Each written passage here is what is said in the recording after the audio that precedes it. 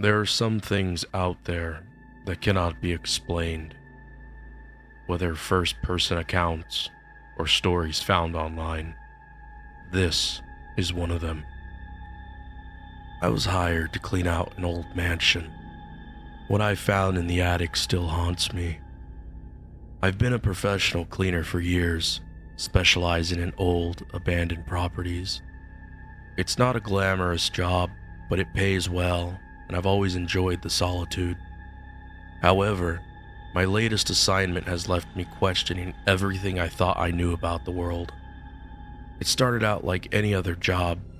I was hired by a wealthy client to clean out a mansion that had been in his family for generations. The place was massive, with dozens of rooms filled with dust and forgotten furniture.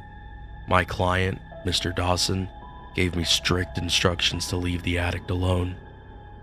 He said it was full of old family memorabilia and he would handle it himself. Curiosity has always been my weakness. After a week of cleaning, I couldn't resist the urge to take a peek. One afternoon, while Mr. Dawson was out, I climbed the narrow staircase to the attic. The door was locked, but a quick search through the house yielded an old key that fit perfectly. The attic was unlike any other part of the house. It was dark and musty, with a single window covered in grime. As I moved my flashlight around, I noticed a strange, metallic smell in the air. The space was filled with old trunks and covered furniture, but one thing caught my eye immediately: a large, ornate mirror leaning against the far wall. It was an antique, with an intricately carved frame that seemed out of place in the dusty attic. I approached it cautiously, my flashlight beam bouncing off the glass. As I got closer, I saw something move in the reflection. My heart skipped a beat, and I spun around, but there was nothing there.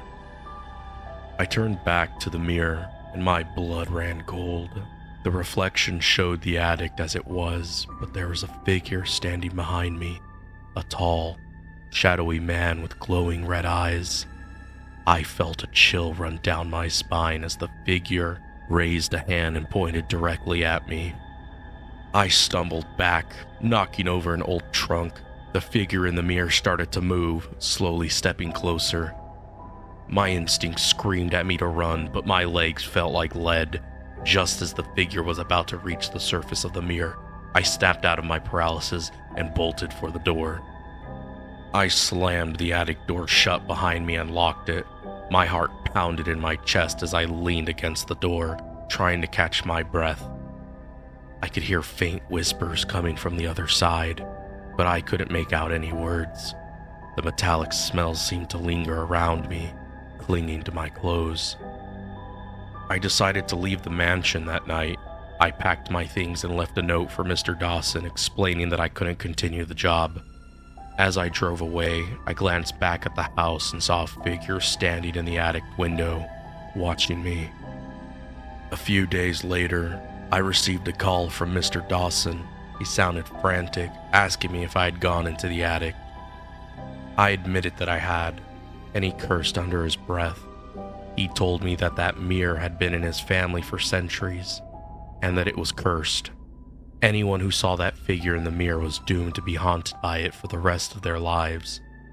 I thought he was crazy, but the nightmares began almost immediately. Every night I dream of the attic and the figure with the red eyes. I feel its cold presence watching me, waiting for a moment when I let my guard down. I've moved twice since then, but the dreams follow me wherever I go. I've tried to destroy the mirror in my dreams, but it always reappears, untouched. I'm writing this as a warning. If you're ever cleaning out an old house and find a hidden attic, leave it alone. Some secrets are better left undisturbed.